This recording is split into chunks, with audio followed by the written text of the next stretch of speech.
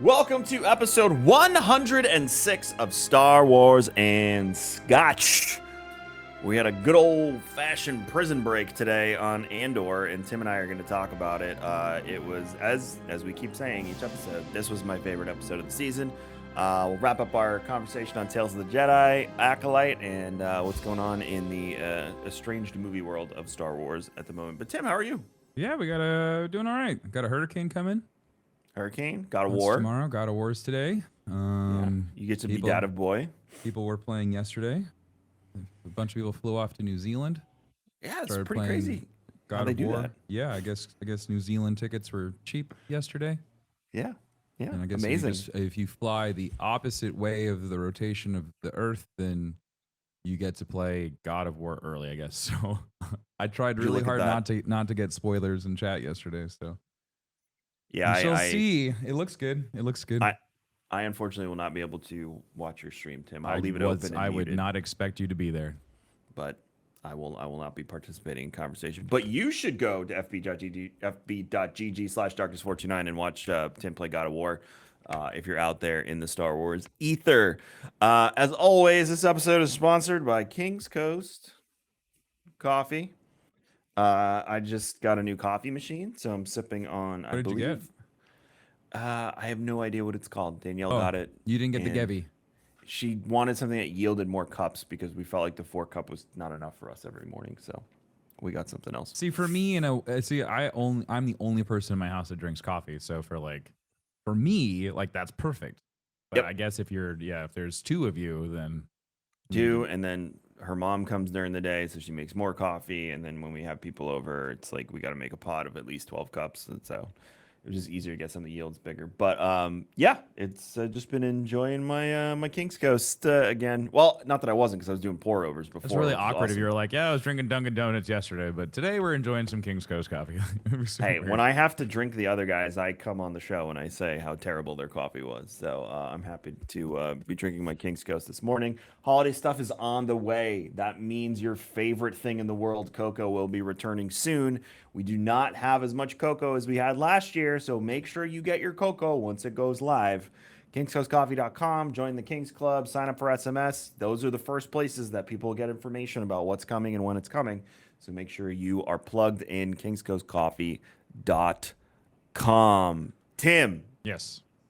This was a good old-fashioned prison break. It was good. I mean, we knew it was going to happen. They have a really good cadence. They do like a 2 to 3 episode build up to whatever they want to do, and then they hit you with whatever they were building up to, which is nice. But the more I watched this, and I was thinking about it as I was getting ready this morning, they use Andor's name, they use Cassian's name to kind of drive home the overall theme of the show.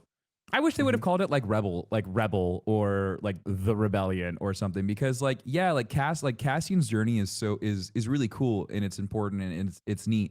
But this show is so much more about not just one person, but it is about all the little sparks and the little pieces of hope that start to form. And in this episode, I honest to God think that Mon Mothma and Kino are the two characters that drove this entire episode more than Cassian did. Like Cassian's role in like breaking people out and being the hero in that way, like that was cool. But like Kino is really, really cool. Like I love Andy Serkis. Like he's a phenomenal actor, and he took it home, dude. Like this was his episode and he owned the shit out of it. And I was so impressed. Like there was a point during his speech when they were breaking everybody out and Cassian's like, "You've got to do better than that." And I was like, oh, okay, what is he gonna say? And by the end of it, I'm just like, this is amazing. I had like a little tear coming down because it's just like, it was so emotional. At the same time, I was like, oh man, he's getting into that Snoke form too, because it's so hard not to hear Snoke when you hear Andy Serkis getting his voice modulated. But it was just so well done. And seeing like Mon Mothma having to deal with her decisions on funding the rebellion, essentially, like this charity that she's moving money around in, and having to make these dirty deals and dealing with the consequences of those dirty deals is very, very interesting to see with her character development. And it makes see marriage betrothal being the payment. I on mean, that, like by the it way. makes but I mean, it makes so much sense though. I mean, like this because I guarantee that her husband that happened to her. I guarantee you that Yes. her husband is the son of some dirty politician or some dirty mobster or someone from Chandrilla, and she doesn't want the same life for her daughter, and that's what she's worried about. And so like I loved that. This like every Luthen's like the entire thing at the end with like it just like from start to finish, this show has really highlighted the rebellion, and I love it so much because we're finally getting to see the I guess behind the scenes. Like we're really getting to like it's no longer just Luke Skywalker in an X-wing destroying the Death Star. You know, it's Mhm. so it is everything that we wanted to know after watching Rogue One. You know, we're just like, man, I want more of this, and we're getting it, and it's so good. What did you think of the episode, Kevin? Again, this was my favorite one so far. It felt like the prison break side of it felt very Western. The Davos Mon Mothma side felt very Sopranos. Mm-hmm. Like I was very uncomfortable sitting there because I'm like, what does this guy want? What's, you know? And once he said money is not important, I was like, oh, this is going to be bad for her. Like Mm-hmm. she's not going to enjoy the next thing that comes out. And then I was like, all right, they'll probably go the classic, like, you owe me a favor in the future or something. And then she Sure. literally flat out said, I don't want to owe you a favor. And Well, because she knows the deal. Again, I think that continues to showcase that she knows how this works. yep, yep. So that whole scene was awesome. I thought it was very uncomfortable in a very good way. And then the prison break was just, you know, they did a really good job of building up to the moment. Mm-hmm. Like you were. It was for me. It was 5:45 in the morning, and I'm just sitting there like, okay, when, when, when? Like the guy's coming down in the lift. I'm like, when? What's the signal? How are we doing this? Da, da, da. And then they jumped into action. You know, we finally. I didn't know what the pipe was. I thought maybe the pipe was some sort of had electrical in it that was connected to the floor or something. I knew it had something to do with deactivating the floor. I just couldn't figure out what the key was. And then when it started spraying, I was like, oh, they're gonna flood the place Yep. and mess with the electrical panel. This makes sense now. And then you felt bad because they kept saying, you know, I would rather die doing this than die, you know, making things easier for them. Mm-hmm. Um, One hilarious theory I heard this week was when it was another podcast, they were talking about what they're building in that facility. And someone on Reddit apparently suggested that they're not actually building anything, that they put these things together and then they go to the next floor and they take them back apart and then they just bring them back up for them to put them That back makes together I again. love that from like just a cynical point of view, but like that serves zero purpose for the I know. empire. And like So they're funny. very efficient. So for them to be like, hey, let's fuck with these guys for a little bit and just make them take it apart and put it back together again. It's something like that facility is critical because they were very much so adamant on pointing that out today of whatever we're building is really important to the empire. So like Yep. yeah, so the whole idea of like, you know, those being, you know, pieces for the Death Star, you know, like Mhm. oh man, for sure. Most definitely. That's really really neat to think about. I don't think we'll ever get that explanation now. No, like we might get it in a comic book or in a novel, and they'll make a callback, or you know they'll say like we're going to this facility or like whatever, so we get like the picture painted completely, but we won't get it in this show. The one thing that I want to fucking know is what happened to Kino.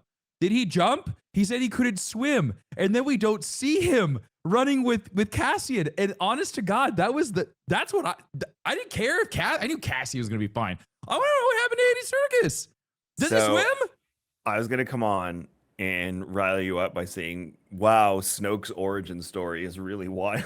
Holy shit, dude. I was thinking about so that was another thing that I was thinking about too, is like um you know, like how does Andy continue to live on as like all these other characters, because like they're definitely starting to get muddled too, because that whole when he's in the prison, when he's in his cell like figuring it out, you could tell like the turmoil that was going back and forth when he flips and he's like, we're gonna figure it out, and I was like, oh my god, it's Snoke.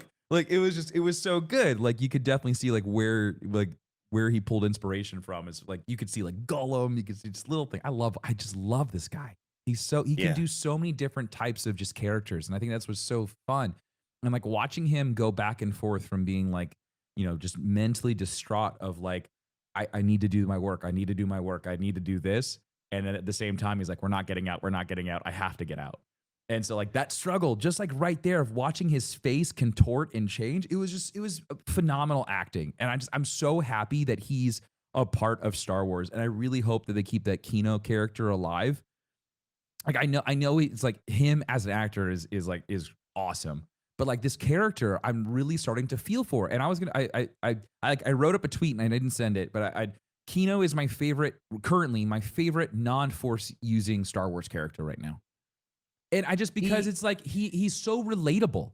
He's an extremely relatable character of like this guy who just wants to get his job done and he just wants to be alone. He just wants to be left alone. You know, he just wants to get his shit done, be a good person and just do his thing. And then seeing him like having to, you know, like the line of like, tell them what to do. You know, he's like, you do it all the time. Tell them what to do. And I was like, oh man, he's right. He's a leader. Like I want to see him become a general in the rebellion. Like I want to see him do more because he is a leader. He's, oh my God, this character, there's so much they can do with him. I think he's dead. Fuck. Here's why. They went heavy on the line of him basically saying, you know, I would rather die doing this than, you know, because he parroted what Andor said to him. With that being said, he also can't swim. So I think that was just the final goodbye without having us to watch him drown or something like that. Because he's either going to stay in the facility and get executed or he's going to jump in the water and drown. That's really it. Because Cassian got pushed. And I think he was trying to level with Kino, and he like that you could tell in his face he was scared. You know, he was scared to jump, and he was also like happy because he saw the sun.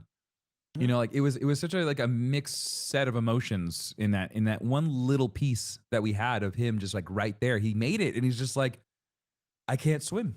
You know, and it's like at that point you're so close to freedom. Are you gonna let that fear of not being able to swim like just sink in so deep that you're not going to be able to do it? Like that's crazy.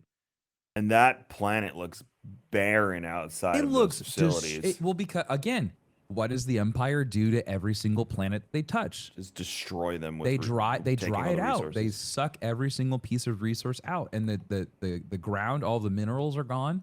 The plant life is dead. The fauna is gone. It's either been hunted or pushed out or just destroyed with the deforestation. Yeah, so whatever that planet was before, it ain't it anymore. Yeah, so I don't know how they're going to get off. Obviously they do. Also, the blaster that Andor was using is the same blaster that he has in Rogue One. I don't know if you noticed that. I didn't, but that's amazing. Yeah, it was the same one, which seems to be Imperial issue, so it's probably one that he stole either again, because he doesn't have it on him when he's leaving the facility. Yeah. So I'm sure he just steals another one and does that. It's not... Han's is a modified version of that blaster, if I'm not mistaken. No, because his is based off of a Ruger pistol. Okay. Aren't these modeled with Rugers, but they have those silver like pointy tips and then those two silver caps on the top? Do you know what the designation is for that rifle?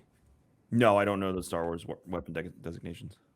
Hold on, I will look. You keep talking. I'm gonna look at that one's a pistol though, a pistol blaster. It's not the Stormtrooper issued one. Oh, Cassian's pistol is a modified version of Han Solo's pistol.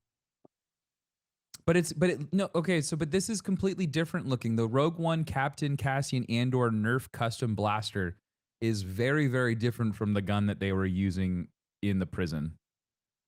So yes, you are correct. In Cassian's pistol that he has for Rogue One is very similar to Han Solo's pistol. Oh, it is different. You're right. But the rifle, or it's even smaller than that. I would say it's more like a submachine gun. That had you could tell Andy was holding onto a grip, like a stabilizer on the left. Mm-hmm. There was like a hand grip that was on the left, and it had like a longer it had like an elongated pointy chrome nose. There was a scope on the top too. So if somebody out there knows the designation for that blaster, let me know. I would love to know about it. There we go. Oh, someone will. I guarantee you by 7-8 o'clock tonight we'll have an answer. Yeah, I'll get a tweet. I'm sure. Yeah, someone will hear it and they're like, it's blah blah blah blah blah blah blah. How could you not know this as a Star Wars fan? Although, so you know where a lot of my knowledge for weapons came from for Star Wars was from Battlefront. Yes. Yeah. Yeah. A You lot had of shared that the with me. Battlefront team did a really good job of making sure that like all of the weapons were correct and making sure all their designations came from because I mean like Lucas was up their ass, so they had to make sure everything was right. So I you love learned that. very quickly. I love that people don't like that they're using, older issued real life weapons as Star Wars blasters now But and just modifying that's what's how that. Star Wars works. But that's what I'm saying. It's like, are you saying that all of the modified blasters that were used in the original trilogy are also bad? Because that's what they did. I'm not like I'm confused because the one the I think it was a AR-15 that he was holding in the earlier when they were before the Aldani raid Mm-hmm. when they were in the forest. He was holding like Yeah, a it modified was like an AK AR-15. or it was like an AK or something. But like, and that's so funny to me because like it looks rebellious. Like Right. the weapons look Well, AKs rebellious. are They don't. They yeah, A- I know. Like they naturally have a like a an evil like look to them. Just mhm. because of like where they're used in the world. Um, but like for the most part, like that's the whole point of the rebellion. It's all like old retrofitted shit that they could just get their hands on. That's the whole point. Like look at Ewok shotguns. Like they're ridiculous. They've got like a fucking like they look like a blunderbuss. You know, but it's like but that works in like Star Wars. And like that's the tone that was set. And I don't understand why that's so weird because like, you're right.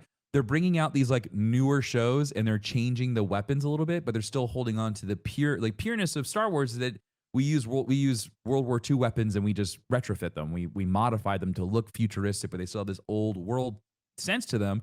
And people just they see that because they see it all the time in video games. They're like, wait a second, I use this now. How's that in fucking Star Wars? So Mhm. I don't know, man. Like people forget it's a show, people forget it's a movie, and it's sci-fi. So This is my eh, life, Tim. This is my does life. anyone go back and look at Alien or Back to the Future or anything like that? I'm like, oh wait a second, why the fuck are they using an analog thing in 2052? Hey man, Back to the Future was not correct. The future did not turn out like that, so the movie's erroneous now, obviously. Yeah, but I mean, like in the 80s, like that's what people thought. And when Lucas was figuring all this out in the 70s, that probably felt really futuristic to him. He was like, oh yeah, but futuristic in a sense of this happened a long time ago. You know, like that's also the crazy thing is people have to remember this was a long time ago in a galaxy far, far away. Who's to say that that galaxy also, you know, it's some world in that galaxy also had World War II, you know, and they had these types of weapons. You know, I mean, the possibility of that happening is actually there. There was in Legends there was an old link to Star Wars or to Earth essentially, and Star Wars being something from this galaxy. I don't remember the story. It was like the seed of Adam and Eve to Earth Yeah. a long time ago. Mm, So there was a link. Obviously, it's not canon anymore, and I don't even think it was actual. It was like one of those three levels of sure. weird canon. So I don't even know how it fit in, but it was out there. Um, so I guess, like you said, this episode is very action packed. One Way Out is just. I'm sure we're gonna see that all over social media for the next week. Where do they go from here? Because to me, and I know there's two more episodes. To me, that felt like a season finale almost, It didn't it? The way they yeah, just like, whoop. yeah, so I would say so that was a season finale I think for Cassian as far as Oh, okay. like where his adventure is like right now. I think that's going to be kind of it. I think we'll get one more setup for the next season of like what he's going to be doing. I think the rest of this is going to be focused heavily on ISB. They set it up perfectly for the next episode. I mean, like we had this meeting with Luthen. We know that this guy is a mole in the ISB. Lonnie, you know, Lonnie is the mole, and he's been reporting back to Luthen, and you know he's already giving information of saying like, hey, who's the female ISB agent? Starts with a D. Idra. Deidre. Like he's given Deidre, he's done all these things, and he wants to get out. Well, he's not getting out, so like that character has been set up. We know, so we know ISB is hot and heavy. We know that we have Luthen has a mole. We know who the mole is now. We also got to see the lover for I forget her name. I'm terrible at names. For the cousin, for Vel. Vel.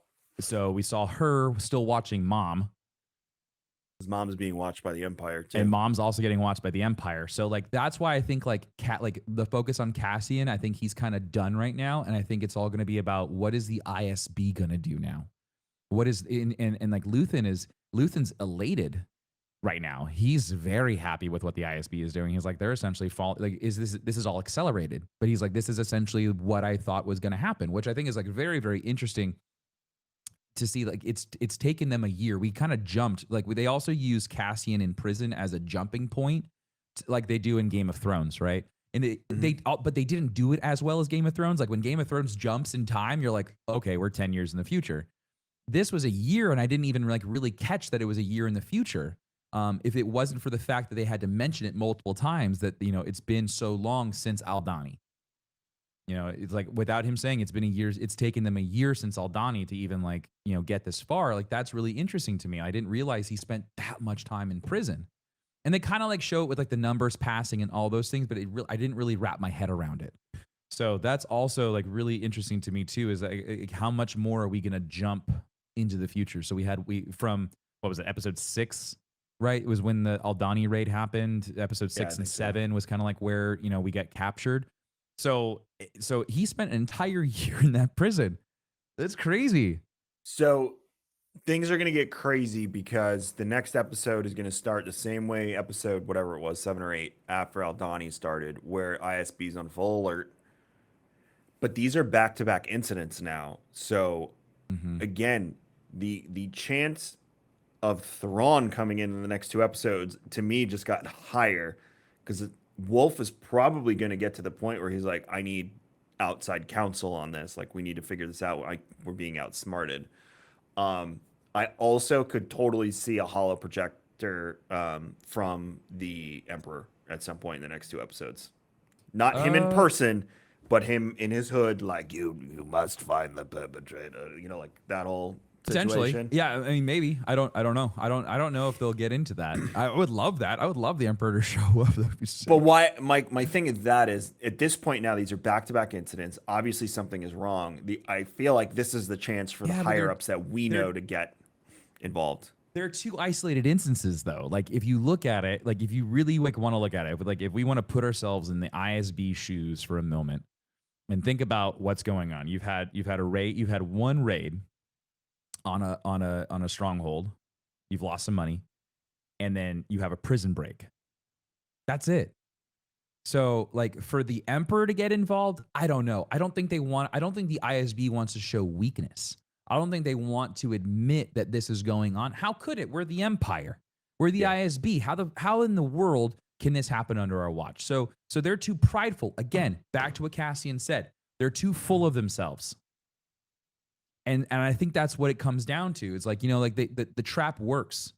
And who's the main ISB guy? He's all excited. He's all, yes, good. Partagaz.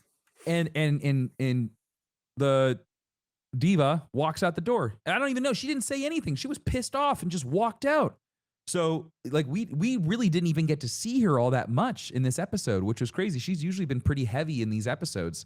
And so that's why I think she's going to pick up the reins as far as like who we're going to be watching. I think we're going to get kind of the same idea where she goes to the planet, she's interrogating everybody. We're going to get that same kind of like shock trooper vibe, like Nazi shock trooper, just like go in, beat up the town, kill everybody, interrogate, get your information, burn it to the ground. And I think what's going to happen is like they're going to go to the prison. They're going to see all the shit that happened. Maybe we'll see, Andy Serkis's dead body. Maybe Kino will be there dead or whatever. And they're going to look at the surveillance footage before the thing went down. They're going to pull the drives and they're going to see Cassian. And then she's going to be like, this motherfucker. And it's going to tie it all together. And that's what's going to drive her to the end of the season finale. And I think there might be there's going to be a meetup. There's going to be like a holy shit moment where it's either her and Luthen or her and Cassian or Cassian and Luthen against, like there's going to be some matchup in the final episode where it's going to be this like aha moment for the ISB.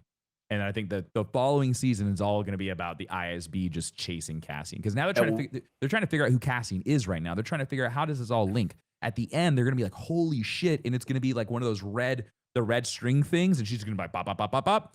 It was him the whole time. And she's going to know it's Luthen. And then it's going to be Luthen and Cassian on the run. Or Cassian's going to find out that Luthen was trying to kill him to clean up the loose ends. And then he's gonna go after Luthen. I think Luthen at the end of the day is gonna be seen as kind of like a anti-hero. I mean, they set that up perfectly because the fact that, again, we're seeing all the perspectives of the rebellion. The fact that he said, "You're worth more than 50 men to me," Mm-hmm. shows you how dirty his hands are at this Yep. point. You know, it's a very different vibe than Andor. That's basically, you know, like either we die in here doing what they want us to, or we die trying to get out. That's a very different mantra, if you will, versus, you know, weighing 50 lives against one informant, which is, again, it's dark, but this is what we wanted. This is what the side we needed to see, was how dirty are they willing to get to take down the Empire. And this, to me, this is real war. This is what war is how ugly it gets on the back end and whatnot. And Oh yeah, that it's not the soldiers in the front lines. It's all about everything you're doing in the back line. It's yeah, all of the so espionage and like this is the cool stuff. This is all the things that people write books about. You know, like we've yep. got so many accounts of real life situations in so many different parts of our history.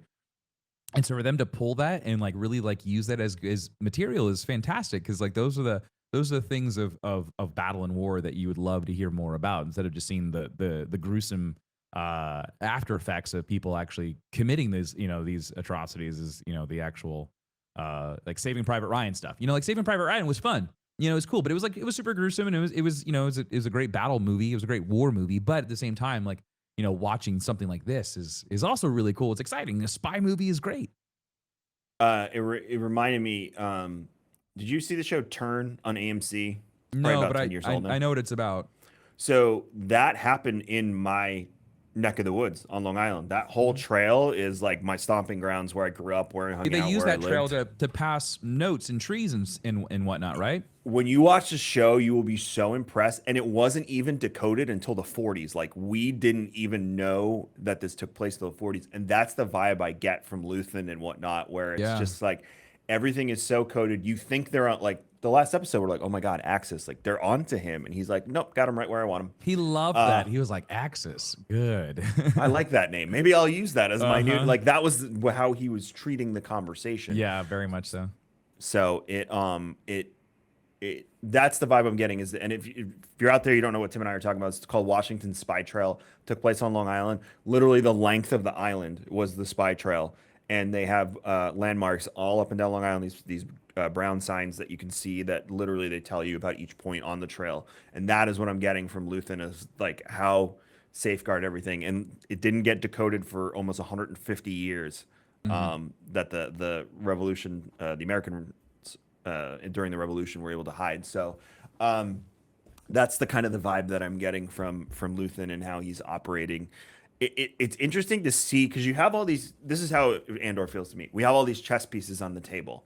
We Hmm. have Saw, we have Val, we have Luthen, we have Cassian, we have the prison break. We have all of these pieces, and now I'm just like, okay, how do the pieces come together to get us to Cassian in that station talking to that guy in the first season of Rogue One? That's where my head is at, and that's what's keeping me really hooked on the show at this point. Is I know what happens here, and I know what happens here. Hmm. I'm really interested in what happens here, and this is one of the first shows in Star Wars where I felt really good about the filling in the blanks, and it didn't Hmm. feel like arbitrary or anything. It feels like it's really just incredible storytelling when it comes to filling out this journey of Cassian and the rebels. Like you said, I actually agree with you that maybe the show shouldn't have been called Andor. It should have been called not Rebels because that's taken, but something along those lines, and feature more of these other characters, including him, Or like and him resistance or not something, but something. yeah. Yeah, because I hope they make more shows like this that really show how the Empire was subverted. Yeah. Because this is so interesting to Or me. just seeing this back and forth from both angles. Like I really like seeing it from the Imperial side, and because we've just never really gotten to see what life is like on the Imperial side, and seeing how they handle certain situations. Like use the prison break for example in the command center. Did you hear all the commands he was giving?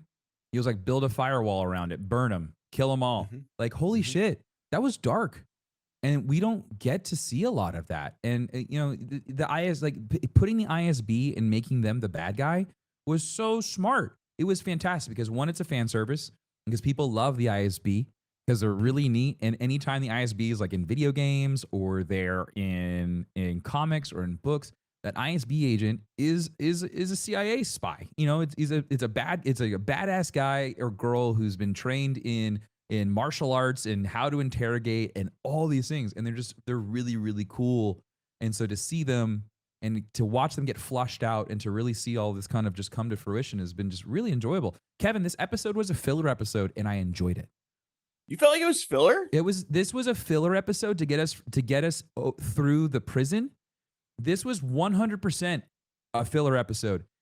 And I felt so good about this episode. That's the thing. That's the thing, is that it was a filler episode because it was not story heavy. It filled in a couple things. We found out, like, we got to see the thing with Mon Mothma. We got to see the thing with Luthen. We got to see the prison break with Cassian. But it still wasn't story. It wasn't enough to drive the story. Like it gave us closure, but it was mainly action. It was the people on screen were giving us an amazing performance, but it still wasn't anything that you could go like 10 years from now and be like, do you remember the prison break and Cassian, like all those things, like in whatever BBY, you know? It's just like you won't remember that. But it was a really as far as like trying to like tell a like history and story and stuff, but just from an overall visual perspective, it was a mind-blowing experience. It was really good. And that's just because the storytelling that they've already done so far in the past 9 episodes, all of that was able to continue to carry on the story without them really doing much, because there was already so much behind it pushing it forward. And so like they were able to clean up a lot of the stuff that they've unraveled for us behind. And I think that was a nice send off into the end of the season. So like for me, this was a filler episode because it didn't really give me more to think about as far as Cassian. Like we got to meet, we saw the thing with Mon Mothma. We know that, you know, she's starting to get into some dirty money. We got to see the thing with Luthen. We know Luthen is starting to he's building out his web even more. We know that the ISB is dirty. But yeah, to me, this felt like a filler episode. It just wasn't enough storytelling for me to be like, but it was enough visually, it was so appealing. I was just like, this was perfect. It was so good because it hit all of the right marks for me. I would have never thought of it that way, but you're right. I was just, I guess, you know, when it comes to filler, it's not what I think of because I'm completely you're used to seeing engaged. like a Mandalorian filler or a Boba Fett filler where it's just like, this is stupid. This is wasting our time. Why am I watching this? I did not have that thought. I have yet to have that thought in any Andor show, but I have definitely had that thought with Mando. Many of episodes, I'm like, this, if it wasn't for the fact that it was like, whatever the reason, I was like, if it wasn't for Grogu, I would have hated this episode. You know, it's just like that's frustrating for me. But there was nothing in this episode where I was like, if it wasn't for whatever, I wouldn't have enjoyed this. You know, it just like it had everything. And like every episode has been like that, whether it's story heavy or it's action heavy. Like the bank robbery, for example, that didn't serve you that didn't give you anything other than to showcase a bank robbery. Well, it showed how they're beginning to fund things. Right. But as far as like storytelling, it really didn't do that much. But it was really fun to watch from start to finish. You were on the edge of your seat biting your nails. I was. The other thing that did was activate the ISB side of the story, though, too. You have to cause an effect. There's a little, but I mean, even filler episodes do a little bit here and there, right? But you can tell the difference between a very heavy episode where it's really story driven, and then you have like something else. And this was definitely like one of those like light story episodes, but it was still a beautiful story nonetheless. Like Andy Serkis's just that speech of him in the comm room, that was awesome. That was amazing. It was so good. It was just dialogue, but the way that they set the tension going into that room kept you engaged. This entire show is built off of building up tension. And I've never felt tense watching a Star Wars show before until Andor came along. And that is so cool. Kevin, I am telling you, I was like this. I was up against my monitor at one point because I was watching it here because I can be loud and not bother the baby. And it's just like, I was leaning forward into my monitor because I was having so much fun. And it doesn't happen. Yeah, I was up and awake. I was not like sleepy. I was like, right. Oh my God. Yeah, it's good. It's just overall just a great episode. I give it a 10 great out of 10. episode. We got 2 more left. I'm sorry you thought there were 3, by I the way. I really know that thought was really thought it disappointing was for you. 9 because I was like, oh, this is perfect. They do it in small chunks of 3 episodes apiece. We get 4 acts. Nope. The I'm prison break sorry. started up the 4th act. It's okay. I would It's love fine. a 13th episode. So, I mean, maybe it's they have a surprise for us for Thanksgiving week, but I doubt it. Um, I did finish Tales of the Jedi. I watched the 3rd episode, which is what we talked about last week, and I was like, okay, this makes a lot more Makes sense so now. much more sense. And that episode was really good because Yeah. it really, like you said, it delved into the corruption of the Republic on that side of the fence, which they Mhm. touched on in the previous episode as well.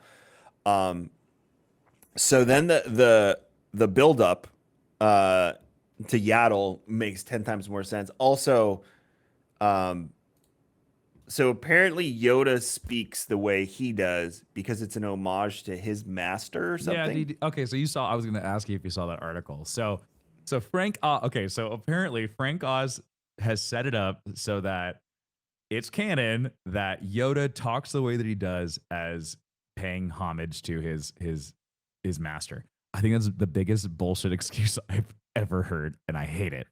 Yeah, but it's Frank Oz. He can do whatever he wants. But so Dave Filoni goes up to freaking Frank Oz. And he's like, "How does this work?" And he's just like, "Talks like this because it's Talks just like this, I must. master." It's just like, No reason whatsoever. I don't know. No, I do not. It's just like it's so silly. But hey, that's Star Wars, and I love it. It's kind of weird that we still don't have a backstory on Yoda yet. Like, can we just get the backstory so this all makes sense? And who is his master that talks in riddles? Ugh, We don't have a backstory in general on their race. no. And so Think about it. and they're not going to touch on that in this next season of Mandalorian. They better not. I swear to God, if we get a filler, if we get a side mission to go find Grogu's people, I'm going to be so pissed. No, because I feel like it would be in the known galaxy. It seems to be He's beyond the out in the outer rim or chaos. something Yeah, like it's out in the yeah. chaos somewhere. So who knows? I don't think it's that easy of a storytelling mechanism. Um, last 2 episodes focused on Ahsoka, and they were fantastic. So good. Revisiting Anakin and Ahsoka's relationship, and that trial he put her through was brutal. Yeah, I mean, like he's always treated her like that. Like and I like how he said it. He's like, my job is to keep you safe, and I'm gonna keep you, I'm gonna keep you safe the best way I know how, is to Right. teach you how to defend yourself. Right. And I think, and that just again, it shows the relationship that Anakin has with Ahsoka, and it's Right. just like it's even more heart wrenching. It's just like, and again, can we just stop with animated Order 66? Like, holy shit, can we? Like, we know exactly what happened when she's cuffed and Cody walks her into the landing area. That was the scene from Clone Wars. That was the scene. That was the last episode. That was the last Yeah. season of Clone Wars when she walked right as when they crash, when Maul's going through and cutting everybody up, and then they crash. That's the final episode. Yep. So like Yeah. again, we just keep on getting tied into Order 66. We get to see Padme's funeral. We know that Ahsoka was there. We know that Bail finds Ahsoka. I love that whole thing of like he's talking to the guards, but he's talking to her and like saying, Yep. he's like, you have a duty. You like, and so like that explains a lot, like why she was able to like, so Bail was the connecting piece for her to come back as Fulcrum. For a lot of and the it seems the displaced Jedi in general, Bail was the connecting piece. Bail seems to be like, so I think that all stems back to how he was in episode 3 at the end when he Yep. was like, I will do whatever I can to help you, because he knew it was right. And so yeah, maybe he is Fulcrum. Maybe he's Fulcrum right now. And he's leading, like maybe he is he's the one that's showing everybody the path. Maybe he's Yep. the one that's setting up the path for everybody. So yeah, I'm not too sure, other than like I really enjoy them bringing Bail back, because Mhm. it feels really good having him there. It's just one of those pieces where I think it's because he comes from the prequels, and so it's just it's one of those like nostalgic characters you can kind of lean on. You're like, oh, it's Bail, nice. So I really enjoy having him in animated, and I really like having him in live action, because he really helps push the story along. The last episode, the Yeah. Inquisitor at the end, who Oh. looked incredible. Awesome, and got his ass kicked real quick. that was reminiscent of Maul versus Obi-Wan, in my opinion. She didn't like, I was up ready for a fight, and she was like, "Nah, I'm done with you," and just. But what I liked about that is this: is the Inquisitors are not Sith, and we all have to remember that they're Sith wannabes at the end of the day. Or am I wrong in saying that? Well, yeah, I mean, like a lot of them were Jedis that got turned, and they Right. either like they're scared or for whatever reason. So, this is supposedly the sixth brother. That's the running theory right now. Okay. There are a lot of similarities to the Ahsoka novel and this, but the Yes. Ahsoka novel, they're saying, is not. These are two different incidents of her encountering Well, so Inquisitors. remember in the book, she she already had a purified kyber crystal. She purifies the crystal at the end of the book when she kills Right, but the but she has two lightsabers. So she needs two crystals. She needs two kyber crystals. Doesn't she take from the Inquisitor though? How does she have two kyber crystals from one lightsaber? Isn't he dual wielding? Am I mistaken in then No, I remembering think that? he had so the guy that she fought had the inquisitorial lightsaber. And so Yes. I don't remember if the guy from the book was dual wielding too. I thought he had an Inquisitor lightsaber as well. She might have taken the Inquisitor lightsaber, cut it in half, made her own hilts, and then right. So what I'm thinking is like that could have been Kyber crystal number one. okay. But so that's just kind of like where my head is at. Anyways, because she had to learn how to do it, and she already knew how to do it in the book. But this was you're right. It was very reminiscent of book. A lot of things are different. Like when Ahsoka's on a planet that has a military base, like an Imperial military base already installed. The Sith comes down in a ship and he's going through and interrogating the town. So it's very similar to that, except it's I felt like it was rushed. I wish that we had a little bit more on that because I wanted to know more about like the Inquisitor. I didn't like that I think that they killed him off really quickly for time, just because these episodes are supposed to be short little blips. So I thought it was cool. I mean, I would love to know about like his mask and like the armor he was wearing and like all those things. It was really, really cool. Here's the excerpt this is from comingsoon.net. While the episode doesn't make explicit the identity of the Inquisitor's Torius member, it is known from E.K. Johnston's novel that the titular heroine defeats the sixth brother while hiding in Rada, which is the planet she's on in the book. Mm-hmm. The former Jedi was in a sticky situation since she was without the blue lightsaber she left on the burial site of Captain Rex. Following her clash in Rada, Ahsoka retrieves the kyber crystals from the sixth brother's lightsabers. Yeah. So that is this one, and right. heals them of any dark side presence until they become white. After that fight, Ahsoka also joins the rebellion. So I guess the question is this retconning that book then? Because I've seen like so much conflicting information on what that episode was. Was it? Oh wait, so hold on. Your excerpt is saying that was the sixth brother. If it was the sixth brother, that's what says in the book. Was the sixth brother in the book? I believe that's the one she kills at the end. That's what I'm trying to figure out now. Damn, that's interesting. If they retcon the book, I'd be kind of happy about it because I didn't like it. The book was considered canon to the rest of the Star Wars franchise when it was originally released. However, the events of Resolve in particular basically strike that from storyline canon altogether. Oh, this is a brand new article too. Okay, interesting. So that basically this article, this is a different one, this comes from the direct.com, is saying that episode is retconning the book. Good. I didn't like the way the book ended. I thought that was really weak. Mm-hmm. So this is very interesting. So I wonder what they'll do with Ahsoka's time between episode 3 and the burning of the temple. Mm-hmm. And now we know that she goes to this planet, she fights the sixth brother, gets his lightsabers. So we're just gonna say that then she's off, and then we meet her again in Rebels. That's kind of rough. I'd like a little bit more because like that was the one thing that the book did a great job. I will say the book did an amazing job of highlighting Ahsoka in the same way that we find Obi-Wan in the beginning of his show.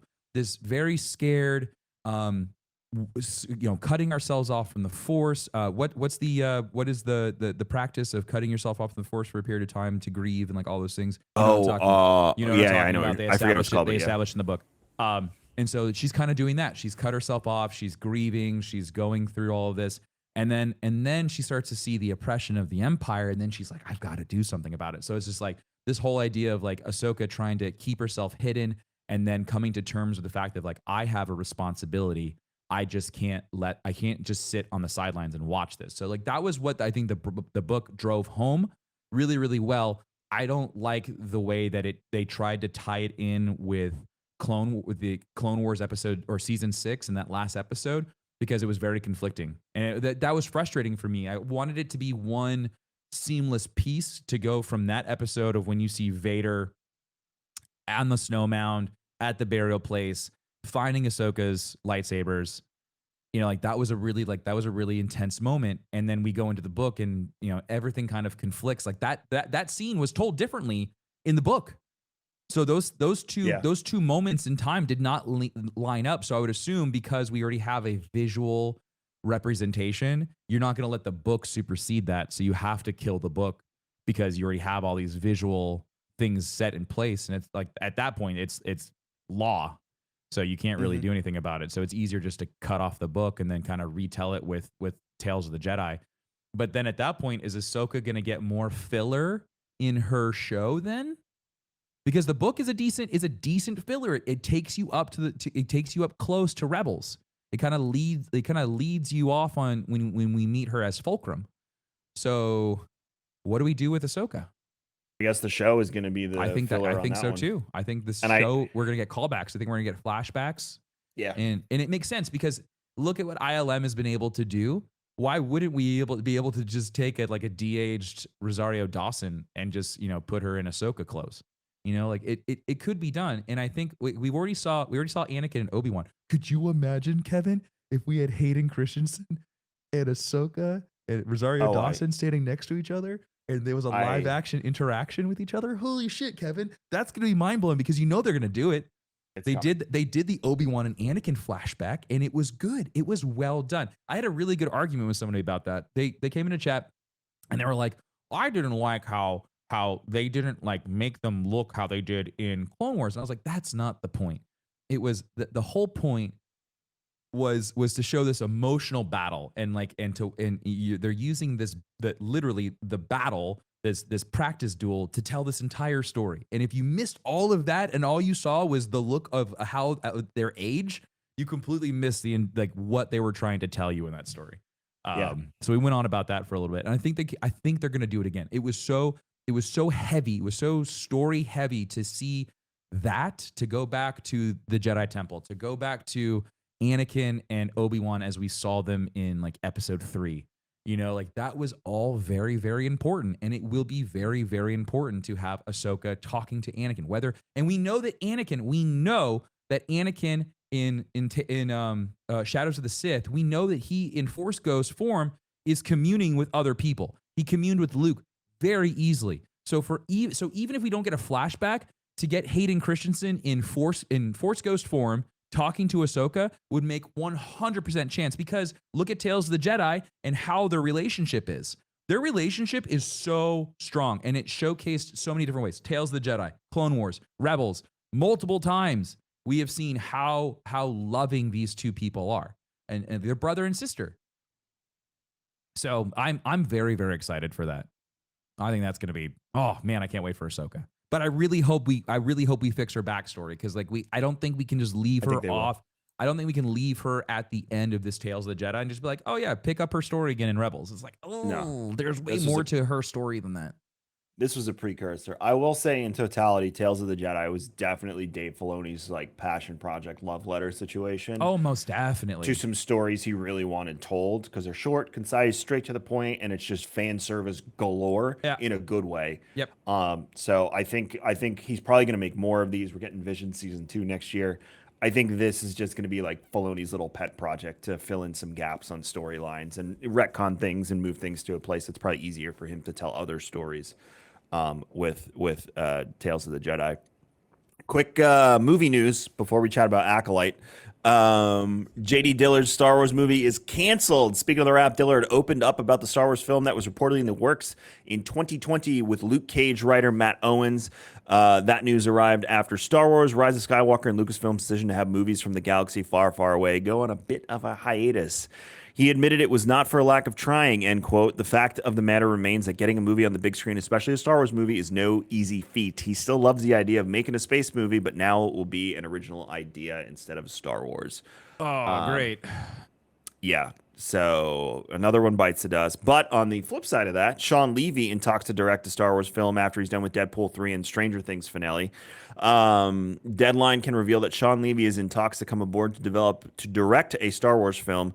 We are trying to pry loose details of plot and writer, but this we can tell you, Levy will focus on this one after he completes the job directing Deadpool 3 at Marvel and Disney, the one that brings Ryan Reynolds back with Hugh Jackman. So that one's way far out. Like, I wouldn't even, besides that's on the radar now, I wouldn't even get too excited about, I could be 50 before we see that movie. So, we'll see what happens. We'll take the kids to go see it when they're teenagers. And they're not kids anymore. We're dating. Go away. That's so sad. That's taking that long to get Star Wars movies back out. Mm-hmm. On the positive side, Acolyte just dropped their entire cast list. They've started production. Moving forward, this is exciting because this will be, hear me out, this is going to be the first live action media for Star Wars that is not in the era of the Empire and Star Wars Skywalker saga. Yep. This is before. We're finally the first puzzle piece in not telling stories within the frame of those 9 movies. This is it. It begins here. And hopefully it leads to bigger and better things. But they went balls to the wall with the cast, and I'm really excited. Amandla Stenberg from The Hate You Give, Emmy Award winner. Lee Jung-jae from Squid Game, who absolutely killed it in Squid Game. Such a good show. Manny Jacinto from Nine Perfect Strangers. I've seen him in other stuff. He's great. Daphne Keane from His Dark Materials. I love His Dark Materials, and she is a great actress. Jodie Turner-Smith from Queen and Slim. Rebecca Henderson from Inventing Anna, which was also a great show. Charlie Barnett from Russian Doll. Dean Charles Chapman from 1917. And the best part, Carrie-Anne Moss from The Matrix is going to be an Acolyte. Oh, God, so dope, dude. Trinity's gonna be in Star Wars. Yeah, that's really cool. I hope she's the bad guy, dude. I mean, she could play a pretty awesome. I think she's gonna end up being this. Okay, so we have the synopsis as well. So before we do any guessing or anything like that, let's also read what the show's gonna be about. Also, can we talk about the logo, the font choice? Amazing. I love this style of font. It's very, very good. But look at the effect on it. Look at this lightsaber slash that went through it. Oh, Kevin, it looks so good. The little particle effects that are coming off of it, the smoke that's rising. I love also this like weather degrade look that they've been using. They did it for Andor as well. And I really, really like it because it just like, it feels right for Star Wars. There's something that there's a grunge tone to Star Wars that just fits. You see that everywhere. Go to Batu, go to Black Spire Outpost, walk around. And it's grungy. It's degraded. It is dilapidated. It's just like Star Wars feels good when it's weathered. And I love this. It's such a great tone. But like the synopsis for this is fantastic. I'm trying to pull it up. Okay, so The Acolyte is a mystery thriller that will take viewers into a galaxy of shadowy secrets and emerging dark side powers in the final days of the High Republic era. A former Padawan reunites with her Jedi master. So I think that's where Carrie-Anne comes in. I think she's gonna end up being the older like Jedi, or she could be a bad guy. I think she could play either role. But since we know that it's a Padawan reuniting with her master, I think it's gonna be Carrie-Anne. But it says Jedi master investigate a series of crimes. Okay, so we're gonna have crimes. This is gonna be like a CSI maybe. Are we going like Law and Order CSI kind of vibe? But the forces they confront are more sinister than they've ever anticipated. So, and then the big rumor that's floating around that has a lot of validity to it is that this will be about Plagueis. Oh, it makes so much sense. So we're gonna meet Plagueis before he meets Palpatine. Which is interesting because I want to know at what point do we meet Darth Plagueis the Wise? Is it right after he kills his master? Is that book gonna be canon still? Are they gonna pull from it? Well, I mean, technically, it's not canon right now. So, are they going to make that book canon? Is how I should have said it. Or are they going to kind of like pull excerpts from that book and try to make a brand new backstory for Darth Plagueis? That one. That That's one, what they're the gonna do. latter. Yep. Yeah, I think so too. They've done that with a lot of things where they kind of just pull, and I think that's why we're having such a hard time with the Old Republic as well, because I don't think they're happy with a lot of the things because of how Star Wars has progressed without the Old Republic influencing Star Wars media, right? Things like let's use the Starforge for example. Use Revan. Like we know that Revan's alive, but Revan is a very, very complex character. It's not like Darth Revan can't just be Darth Revan, right? From Star Wars: The Old Republic, because Darth Revan wasn't just one person. You were Revan, right? Like the character you created was Darth Revan at the end. So how does that work? Well, there was a canon version of Revan. They did establish that. When? At the time. After the game came out. There was he was male. You meet him in the MMO. Oh, okay. Well, so he's the canon version. Just like Coder 2, the Wound in the Force is a female. Her name's Mitra Surik, and she is the canon version of you. Both of those are obviously games where you can choose what to do whatever you want, but there is a canon story that develops from both games into the MMO. Again, but this also, I think, kind of like solidifies the fact that the Old Republic in its current form is very messy, right? It's really, really messy, and it's diluted, and it's just like, man, there's a lot going on. It's really hard to focus on, and so that's why I think we're going backwards. We're gonna continue to go backwards to flush it all out because the future has already been put into place and it's solidified so much that we can't make it work on the past. Like, so we kind of have to retrofit the past to make it work with the current, which is a little frustrating.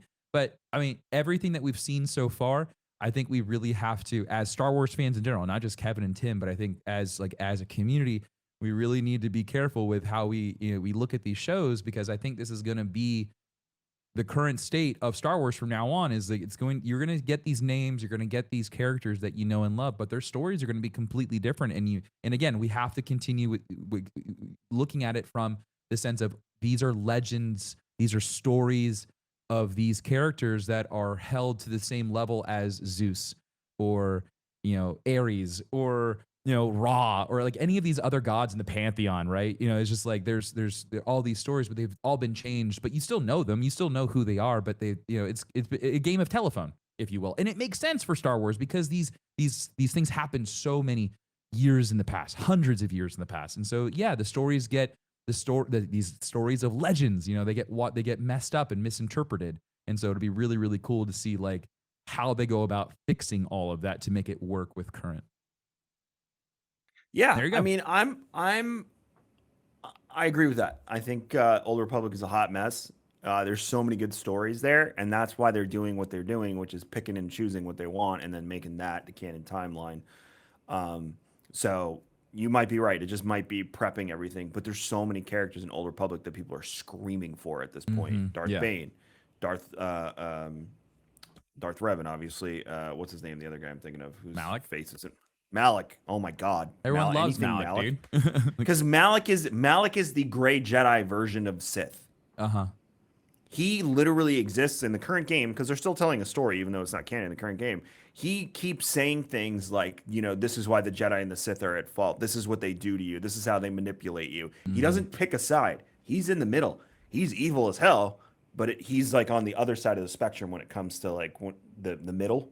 Yeah. So if you had someone like a great Jedi like Jolie or these Wayseekers that we see in the High Republic, he would be the other side of the spectrum, closer to the dark side. But he's at odds with both of them, and that's what makes him fun as a villain. Because in the game, you can play Empire Republic, and he's the enemy no matter what. Yeah. There's a whole they call them flashpoints, but it's a dungeon called the False Emperor where you have to invade his ship. And he's the final boss. Cool. And the whole time he's just parroting at you all this rhetoric, and you're sitting there fighting. You're like, man, you're not wrong. I kind of agree with you. You got to fight him no matter what, but you can agree with him. So it's been it'll be interesting when the more they chase the path of neutrality, which is what they're doing. Yeah. They're going to bring these characters in that represent that neutrality from both sides of the fence. Because Darth Bane to me is another one that Yeah. was like the Sith are they're out of control. They need to be, this whole thing needs to be tempered, changed, and fixed. Well, and that's an interesting thing about Plagueis's character and like his overall mentality in the book is like he wasn't super evil, you know? No, like he's not. he was kind of evil because, you know, he was trained as a Sith in the whole rule of two, and he understood that, you know, he needed to kill his master to, you know, to move on and things like that, because he was all about preservation. That entire book is about him learning about preserving himself and manipulating midichlorians and like all these things. It's a really awesome book. It's old, but it's a really, really good book. And so I'm really curious, are they going to keep that for Plagueis? Like if this is true, you know, we all know that Plagueis learned to become immortal and all these things. We know that he dies to Palpatine, but he's not, he's immune. He's immune from the banking clan, right? Those are immunes. Mm-hmm. And so they're not very strong people. They're very intelligent people. And so like, how do you make that character attractive? And so I'm really, really curious to see how they make him as, you know, a well-known Dark Lord. How are they going to make him interesting, and how are they going to make him attractive to people? Because he's not a Darth Maul. You know, he's not he's not a brute. He's not going to be a wielder of a lightsaber. He's not a warrior. He's a scholar. He's an academic. So it'll be very, very interesting how this all comes to fruition for Plagueis. And but the more we talk about this, the more it feels right. It feels good knowing that we could potentially have a Plagueis in this, because it like that's one of those lines from Star Wars, Kevin. You know that everybody can quote. It's always wrong, but everybody can. Have I ever told you the tale of Darth Plagueis the Wise? Like everybody can call to that scene because it's so iconic. It's an iconic line in Star Wars, and so to finally have this person show up is going to be really cool. Yep, I'm excited. I think this will be one of the. Again, we keep saying this every time a new show comes out. I will say this: you started Path of Deceit. I'm reading it. I don't like it. I am not a fan. Not happy with it. One thing happened. I know I'm farther in the book than you. That has piqued my interest, but they haven't done anything with it since it happened about 2 chapters ago. And I'm like, okay, the most interesting thing that's happened in the book, you haven't gone back to reference it again. And I'm sure they will before the end of the book. I have about 2.5 hours left. Yeah. But man, what a dog of a story. I think this book, I'm gonna be honest with you. I listened to it for 5 minutes and I turned it off because I was just like, I think I need to be in a better mental place, because I was like doing cardio and I was like, I just can't. So I put it away. Yeah. It's not that good. The thing with this, like that's the problem, is like this book is supposed to set the foundation for what's to come for phase 2. Right. I don't like phase 2. I'm gonna tell you, like, if this is the cadence, or if this is the vibe for phase 2 of going farther into the past of the High Republic, I don't like it. The characters are boring, very boring. This cult is, I expected, and maybe that's my own problem for making expectations, but I expected so much more. They are so freaking boring. Yeah. There's just nothing exciting happening. Like I said, one thing happened that I was like, okay, this could take a turn. And it's been like 2 or 3 chapters. They have not gone back to even reference that moment. Even the action part of the book was like snooze fest, dude. I was just like, do you think they blew their load in the first phase, and like that's the problem? I do think they blew their load. No, here's what I think they did. I think they established all these characters that we had interest in, and then they're like, okay, we're gonna take it back 100 years to like give you more backstory. And my opinion is not yet. No, we're not there yet. Like you're going too fast on this. People like the characters they've established in the High Republic. There's a Stellan Gios replica lightsaber that I found, and when I saw that, I was like, holy shit, they made a replica lightsaber on a character that we've never seen before. We've only seen concept art for, and we've heard we've read his story, and people are going out of their way to make props for these characters. And for me, that's a signal of be like, hey, this is shit that's working and people like it. People are cosplaying as those characters. Yeah, because they're cool. It's literally King Arthur. It is the King Arthur setting for Star Wars, and it's fun. I've seen a bunch of Avar Kriss cosplays from various events. Because she's cool. incredible. And they call back to her so many different times, whether it's talking about the Song of the Force or hearing a musical note, like all those things. That's a callback to High Republic, and I think of her every time. And I know this is going to lead to Markion's origin story. I know that, here's my problem. The Jedi that they introduced in the Padawan are so boring. Mm-hmm. There's nothing exciting about them. The Pantoran kid is just like, and it's this almost teenage love story like thing going on. And I'm like, this makes no sense in the grand scheme of Star Wars. Maybe they'll tie it all together, but what a dog of a story to like have to slog through to get to a point where it's like, okay, this makes sense now. And that is my problem with some of the authors in the High Republic is some of them just like can't write the middle of a story in this. And I understand Disney's trying to pump out content, but I have a feeling we hit a plateau where they're doing it too fast. Like TikTok at this point. It's like get as much content as you can and see what sticks. But if it was if phase 2 was more books about the folks that we met in phase 1, I don't think we'd be having this conversation. No, we even wouldn't. If it was a slog, there would still be relevant information in the slog to bring, more to those characters. I'm starting over again, and that is what's frustrating me. So they also left us at a cliffhanger. Huge cliffhanger. The biggest fucking cliffhanger you could have. And then they're just like, we're going to go back 250 years. It's just like, why? Like you literally spent, was it 4 books building up Markion? Mm-hmm. 4 books building up this bad guy in a and comic series and all of this shit. You work really, really hard on building up this super weapon that can neutralize Jedis and all this shit. And you decide to just leave us there? Like, what the fuck? It's so frustrating. And you're right. I think what has happened is that they knew that they needed to get as many stories out as possible to start getting other forms of media out, right? The problem is, I think it's a quantity over quality issue, and we aren't keeping the writers. I wish they just kept the writers that did really, really well. Like, just let them write this. Because you can definitely tell when it's a writer that you don't like writing a High Republic story. Yeah. And so that's really frustrating. And so it's like, who wrote this? Do you remember? I think it's Claudia Gray. It's so frustrating because Claudia Gray wrote Into the Dark.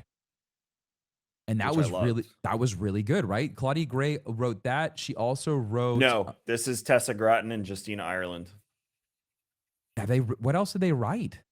Justina wrote a few things for Star Wars. I don't know why I'm not impressed. So hey, if anyone out there that's reading the books as well, if you're reading or listening to any of the new Phase 2 stuff, Justina wrote a bunch of the old, like the younger novels, like Mission to Disaster, Out of the Shadows, and A Test of Courage, and I hated all of those. Oh, books. Those are the tween books. That's why I didn't like those either. So this is probably why I don't like this one.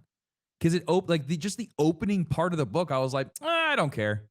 And that sucked. It was really jarring for me where I was like, did I just turn off a Star Wars story? And it just I just didn't care. And that's frustrating for me because again, I want to know what happened to Markion. We leave him on the ship of the Gaze Electric with nothing but robots. Yeah, Tessa I don't think she's written anything else Star Wars. All the rest of her credits are like high fantasy stuff. So this would be her first. Yeah, so I would say a tone setter. It probably wasn't the best one. And so now I'm kind of I'm a little jaded towards Phase 2. So I really hope that some other bangers come out and they kind of sway me in the direction, because I kind of felt like this in Light of the Jedi when I was kind of like, I don't know. And then the farther we went, I was like, this is pretty sick. So hopefully we get that again, where it's just like, okay, this is kind of rough. Wow, this got really good. Well, I mean, who knows? I'm going to see it through to the end and then start one of the other ones, because I don't think there's another High Republic novel coming out for a while. So I'll probably do Brotherhood next or something like that. Anyway, that is it for this episode of Star Wars and Scotch. Tim and I are going to get out of here. By the time you hear this, Tim will have already played one stream of God of War. So you need to catch up on that one and then tune in tomorrow when he plays more God of War at FB. God damn it, I can never say that link. FB.gg. darkness429, darkness429, everywhere else on the interwebs. Make sure you go and follow. I'm Kevin X Vision on Twitter, KMagic101 on Instagram, and everything I do is at the newly redesigned raredrop.co website. Gives a list of all of our services and all the fun things we do and the content we create. So make sure you head over there and check that out. Again, King's Coast Coffee, like, don't blame me if you don't get cocoa. I'm just warning you now. So that's the end of it. We will be back next week for the second to last episode of Andor. We have some nice fun stuff planned for the end of Andor as well. And then we have anything else to promote too? Holiday D&D special. We'll give you dates and details on that, but we will be fighting the final Karen boss in the Holiday D&D special. That'll be good. I'm excited for that. She's going to ask to speak to our manager as her enraged. So you all have a great week, and we will see you next week for more Star Wars and Scotch. God, and as always, what do you know something I don't know? Oh, I don't know. You just, like, the way you say it, I was like, I hope we see you next. No, we will see you next week, and as always, look up, Death Star in the sky. Tim, you knew all along. May the Force be with you. Always.